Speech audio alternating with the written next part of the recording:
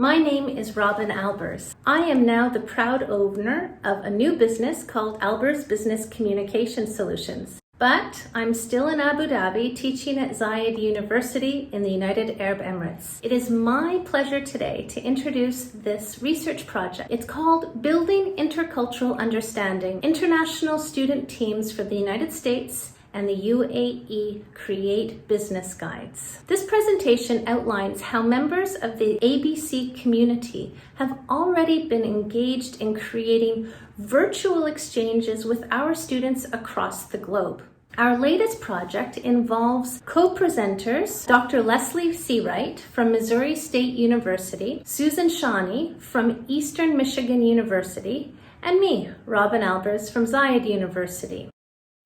Let me begin with some background. I first met Leslie at our ABC conference in Dublin in 2018. We casually spoke about how she was going to be bringing some students from the States to Abu Dhabi, and we thought it might be fun to get our students together. Well, lo and behold, March came around and we did actually get our students together. Here's a picture of them all together. We went to a restaurant and within 5 minutes, Leslie and I could see the magic unfolding. Students were talking easily within 5 minutes, and it was as if you could actually see cultural walls and stereotypes falling down. Leslie and I left the group after about an hour, but our students remained and voluntarily spent the evening together. The Emirati students ended up taking the Americans to the Sheikh Zayed Mosque, Marina Mall, gardens, and even the Emirates Palace. The students had a wonderful time together, and the American students said that this was one of the highlights of the trip. Leslie and I realized that we were on to something because this experience gave the students the cultural experience and a frame of reference that they could associate with what they were learning in the textbooks. We all teach Hofstede's dimensions of culture, and I struggle with my students because although the textbooks are excellent and give really good examples, the students don't seem to have a frame of reference. For example, I teach about collectivism and individualism, and my Emirati students definitely recognize that they are from a collectivist society. And then they read about individualism and the importance of being independent and caring about your immediate family, and they think that Americans don't really love their families as much. Even though I try to explain it, they don't have that frame of reference. So this is where this project comes together. The goals of this project are very simple. We want to inspire students to excel in business communication and intercultural communication in a global environment. We do this by asking them to engage with other cultures so that they can have a practical application of intercultural communication. They engage by using technology such as Google Docs, email, and WhatsApp. Now Susan will discuss the details of the project. Thank you, Robyn. I'm Susan Shawne from Eastern Michigan University. After the pilot program in 2019 showed such significant success and increase in student cultural competence, we decided to do the program again and develop a more formalized 6 weeks intercultural project for the winter 2020 semester. This took place between Robyn Albers' classes in the UAE, Leslie Seawright's classes at Missouri State, Ariel Ellis's class in Nashville, Tennessee, and my classes at Eastern Michigan. The project had 3 key components, and that included a casual WhatsApp conversation, writing a business guide, and it included presentations. So while the instructors were talking about teamwork and group work and business writing and intercultural communication based on various textbook concepts and theories, this semester-long project really provided practical application and allowed students to really put these concepts to use. The WhatsApp app was a really fun tool for students to get to know their international teammates. We provided students with a list of questions. I'll share those with you in just a minute. But students were encouraged to share pictures of their environments, of their culture. For example, one day in class we had a snowstorm, so students built a little snowman and shared it with students in the UAE who may never have experienced snow. One student in the UAE wanted to practice their English language language skills. And so they would send a voice message instead of a text message.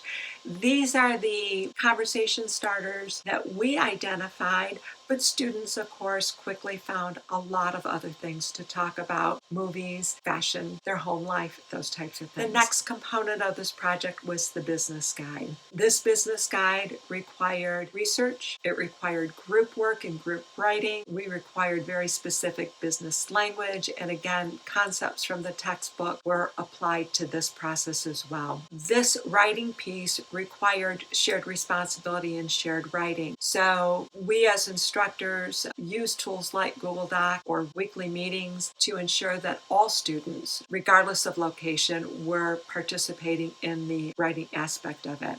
And then the third piece of this project were the presentations. But due to COVID-19, we had to make some very rapid readjustment here. All of our classes were very quickly switched from face-to-face classes to online classes. And because these presentations were designed to be a cross-cultural effort, we decided we needed to change this part of the project. So some of us used reflection papers, some of us had our students present a presentation online with just their local teammates. So we all handled this part of the project just a little bit different. However, the bottom line is students really loved and enjoyed this project and seemed to get quite a bit out of it. And Leslie Seawright will share some of that with you next.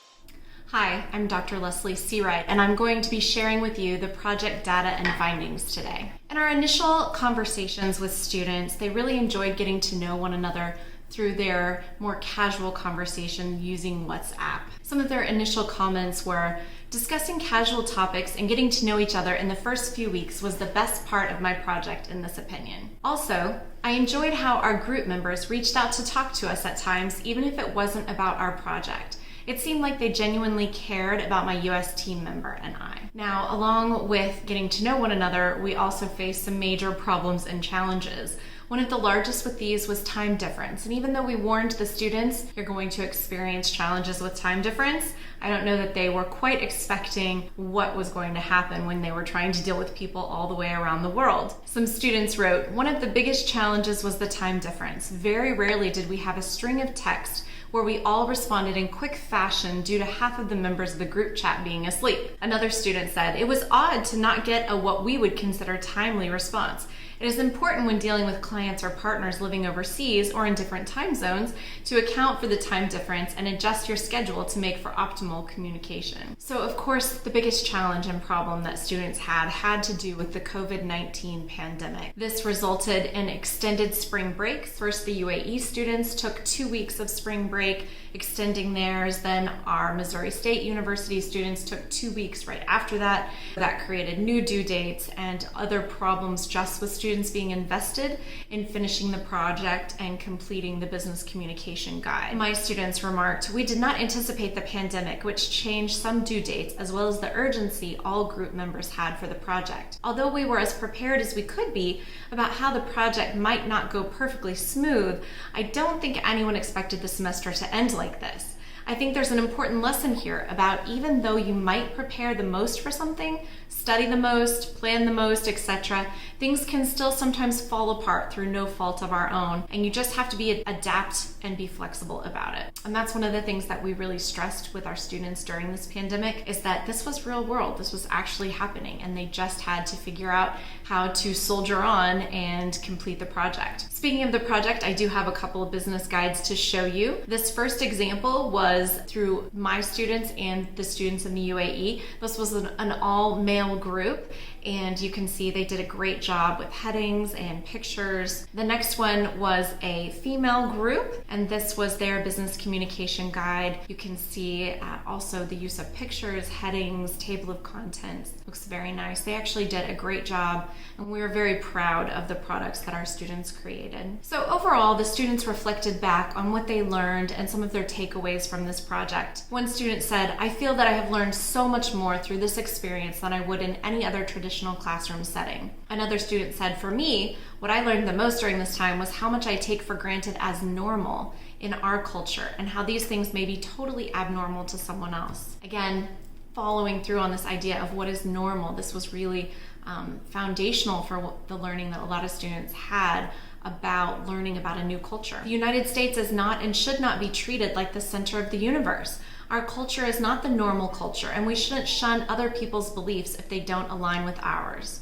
Overall, they, and he's talking here about the students in the UAE, were friendly and respectful, and hopefully we showed them the same kindness and understanding in turn. Another student said, "This project gave us the opportunity to peer into how a global crisis is handled in a foreign governmental and cultural environment, something I'm sure we're not to forget anytime soon." Finally, I wanted to share and highlight a student response. This was a female student working with another group of females, and I think some of her insights were really what we were wanting to get our students to achieve. Breaking through stereotypes, breaking through misunderstanding, the sense of other and otherness, and how we other people and cultures, and really break through some of those boundaries. She writes, "There is something to be said about a group of young women creating something together in such a polarized world. If we had concerns about the project, everyone was very receptive to criticism as well as compliments. I was worried that I would feel like I was tiptoeing around the international students since America is arguably more liberal. However, these fears were unfounded.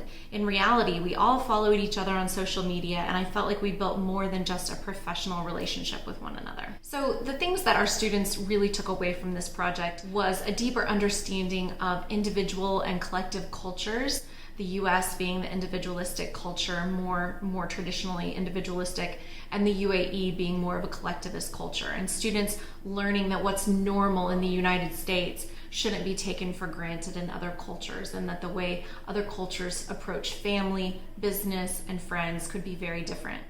Also, the idea of time orientation, the sense of urgency in completing projects, especially once COVID-19 hit, became a reality for our students. A sense of formality, the students talked about when they were creating their business communication guides. It was sometimes difficult for them to navigate and negotiate the different voice and the different sense of formality between writers in the US and writers in the UAE. And then finally, power distance. How the students interacted with one another was sometimes based on the sense of power that they had in regard to their culture, and how that affected their team dynamics and collaboration.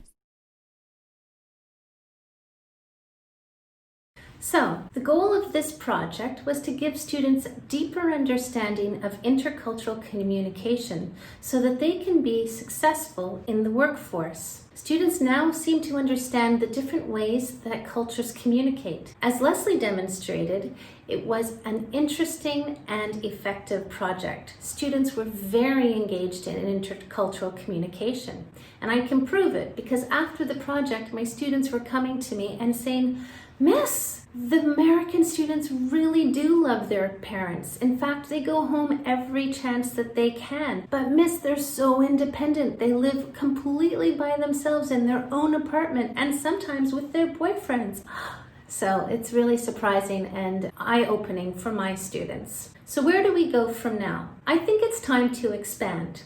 It would be very interesting to take this project even further by involving more people from the ABC community. It would be great to include members from all over the world so that our students' understanding of intercultural communication can grow even more. At this point, we are happy to answer any of your questions. Thank you so much for listening.